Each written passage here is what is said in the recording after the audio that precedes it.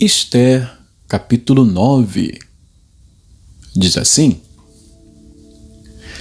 No dia 13 do 12º mês, que é o mês de Adar, quando a palavra do rei e a sua ordem deveriam ser executadas, no dia em que os inimigos dos judeus esperavam apoderar-se deles, aconteceu o contrário, pois os judeus é que se apoderaram dos que os odiavam. Nas suas cidades, em todas as províncias do rei Assuero, os judeus se reuniram para atacar aqueles que queriam destruí-los. E ninguém podia resistir-lhes, porque o terror que inspiravam caiu sobre todos aqueles povos. Todos os oficiais das províncias, os sátrapas, os governadores e os oficiais do rei auxiliavam os judeus, porque o temor de Mordecai tinha caído sobre eles. Porque Mordecai era grande na casa do rei e a fama dele se espalhava por todas as províncias. O seu poder ia aumentando cada vez mais. Assim, os judeus mataram todos os seus inimigos a golpes de espada, matando, destruindo e fazendo com os seus inimigos o que bem quiseram. Na cidadela de Suzã, os judeus mataram e destruíram 500 homens. Mataram também Parsandata, Dalfon, Aspata, Porata, Adalia, Aridata, Farmasta, Arizai, Aridai e Vaizata, que eram os 10 filhos de Amã, filho de Amedata, o inimigo dos judeus. Porém, no despojo não tocaram. No mesmo dia, o rei foi informado do número dos mortos da cidadela de Suzã. O rei disse à rainha Ester: Na cidadela de Suzã, os judeus mataram e destruíram 500 homens e os 10 filhos de Amã. E nas demais províncias do rei, o que será que fizeram? E agora, qual é o seu pedido? Peça e lhe será dado. Você tem ainda algum outro desejo? Será concedido.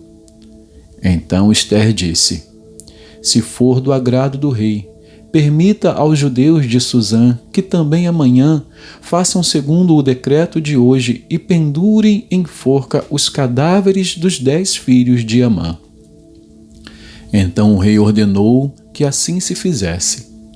Um decreto foi publicado em Suzã e os cadáveres dos 10 filhos de Amã foram pendurados na forca. Os judeus de Suzã se reuniram também no dia 14 do mês de Adar e mataram 300 homens em Suzã. Porém, no despojo não tocaram. Também os demais judeus que viviam nas províncias do rei se reuniram e se organizaram para defender a vida e se livrar dos seus inimigos. Mataram 75.000 dos que os odiavam, porém no despojo não tocaram. Isto aconteceu no dia 13 do mês de Adar. No dia 14, descansaram e fizeram dele um dia de festa e de alegria.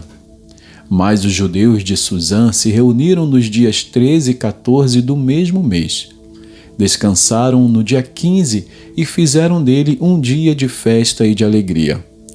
Por isso, os judeus das vilas, que moram nas aldeias do campo, fazem do dia 14 do mês de Adar um dia de alegria, de banquetes e de festa, e um dia em que mandam presentes uns aos outros. Mordecai escreveu estas coisas e enviou cartas a todos os judeus que moravam em todas as províncias do rei Assuero, aos de perto e aos de longe, ordenando-lhes que comemorassem o dia 14 do mês de Adar e o dia 15 do mesmo mês, todos os anos, como os dias em que os judeus se livraram dos seus inimigos, o mês em que a tristeza virou alegria e o luto se transformou em festa.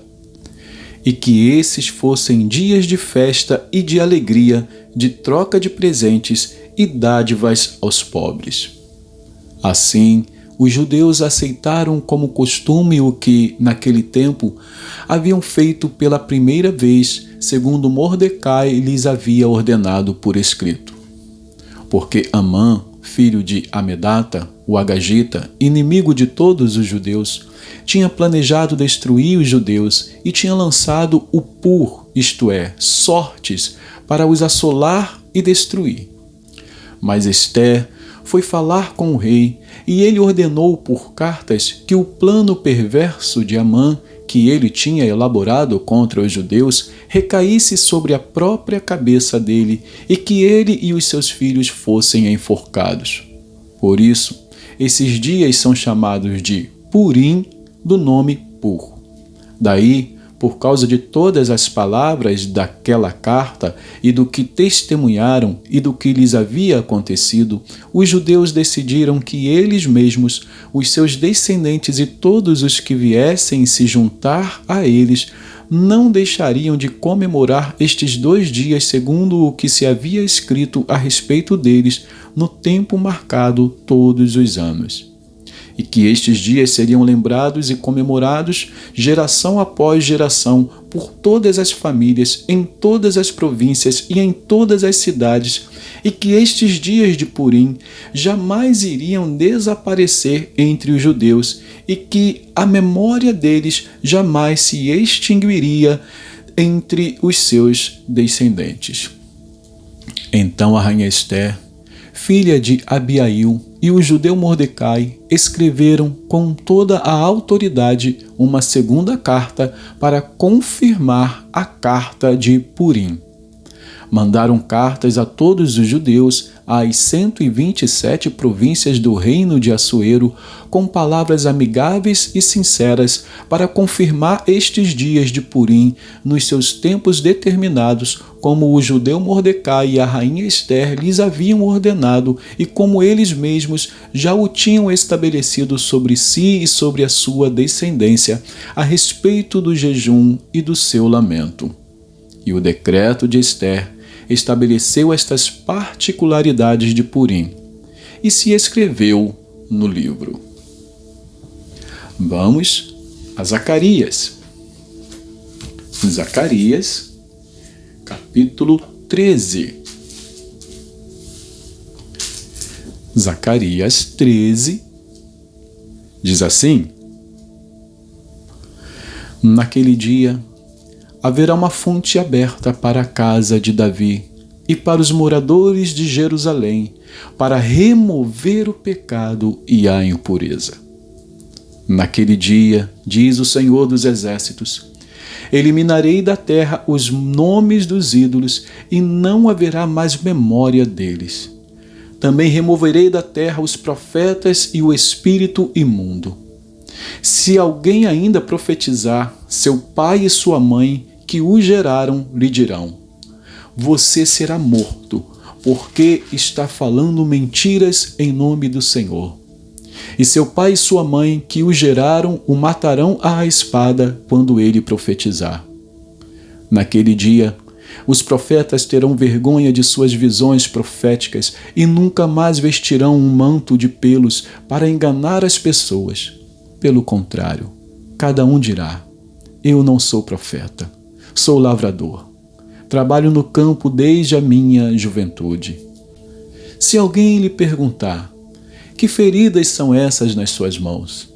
Ele responderá: são as feridas com que fui ferido na casa dos meus amigos. Levante-se, ó espada, e ataque o meu pastor e aquele que é o meu companheiro, diz o Senhor dos Exércitos. Fira o pastor e as ovelhas ficarão dispersas. E voltarei a minha mão para os pequeninos. Em toda a terra, diz o Senhor, 2/3 dela serão eliminados e morrerão, mas 1/3 parte irá sobreviver. Farei essa 1/3 parte passar pelo fogo, e a purificarei como se purifica a prata, e a provarei como se prova o ouro. Eles invocarão o meu nome, e eu os atenderei. Direi: vocês são o meu povo. E eles responderão: o Senhor é o nosso Deus. Capítulo 14. Eis que vem o dia do Senhor. em que o seu despojo será repartido dentro de você, ó Jerusalém. Porque eu ajuntarei todas as nações para a batalha contra Jerusalém. A cidade será tomada, as casas serão saqueadas e as mulheres violentadas. Metade da cidade será levada para o cativeiro, mas o restante do povo não será expulso da cidade. Então o Senhor sairá e lutará contra essas nações, como se costumava lutar no dia da batalha. Naquele dia, os seus pés estarão sobre o Monte das Oliveiras, que está em frente de Jerusalém, para o leste. O Monte das Oliveiras será fendido pelo meio, do leste ao oeste, formando um grande vale. Metade do monte se afastará para o norte e a outra metade para o sul. Vocês fugirão pelo meu vale entre os montes, porque esse vale chegará até Azal. Sim, vocês fugirão como fugiram do terremoto nos dias de Uzias, rei de Judá. Então virá o Senhor, meu Deus, e todos os santos virão com ele. Naquele dia não haverá luz, mas frio e gelo. Mas será um dia singular, um dia conhecido do Senhor. Não haverá separação entre dia e noite, pois mesmo depois de anoitecer, ainda será dia claro. Naquele dia, águas vivas correrão de Jerusalém, metade delas para o mar oriental e a outra metade para o mar ocidental. Isso acontecerá tanto no verão como no inverno. O Senhor será rei sobre toda a terra. Naquele dia, um só será o Senhor e um só será o seu nome. Toda a terra se tornará em planície, desde Geba até Rimon, ao sul de Jerusalém. Mas Jerusalém será exaltada e habitada no seu lugar, desde o portão de Benjamim até o lugar do primeiro portão, até o portão da esquina, e desde a torre de Ananel até os lagares do rei. Será habitada e não haverá maldição. Jerusalém habitará segura. Esta será a praga com que o Senhor castigará todos os povos que guerrearem contra Jerusalém. A carne deles apodrecerá, estando eles em pé. Os seus olhos apodrecerão nas suas órbitas, e a língua deles apodrecerá na boca. Naquele dia também haverá da parte do Senhor grande confusão entre eles. Cada um agarrará a mão do seu próximo, cada um levantará a mão contra o seu próximo. Também Judá irá lutar em Jerusalém, e se ajuntarão as riquezas de todas as nações vizinhas, ouro, prata e roupas em grande abundância.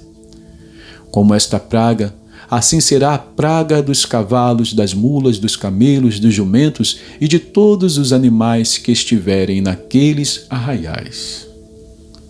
Todos os que restarem de todas as nações que vieram contra Jerusalém subirão de ano em ano para adorar o Rei, o Senhor dos Exércitos, e para celebrar a festa dos tabernáculos. Se algum dos povos da terra não subir a Jerusalém para adorar o Rei, o Senhor dos Exércitos, esse povo ficará sem chuva. Se os egípcios não subirem, nem vierem, ficarão sem chuva. Virá sobre eles a praga com que o Senhor castigará as nações que não subirem para celebrar a festa dos tabernáculos. Este será o castigo dos egípcios e o castigo de todas as nações que não subirem para celebrar a festa dos tabernáculos. Naquele dia será gravado nas campainhas dos cavalos: Santo ao Senhor. E as panelas do templo do Senhor serão como as bacias diante do altar. Sim, todas as panelas em Jerusalém e em Judá serão santas ao Senhor dos Exércitos. Todos os que oferecerem sacrifícios usarão essas panelas para cozinhar a carne do sacrifício. Naquele dia, não haverá mais comerciantes no templo do Senhor dos Exércitos. E terminamos aqui mais um livro profético, o livro do profeta Zacarias. E que Deus abençoe a porção da sua palavra.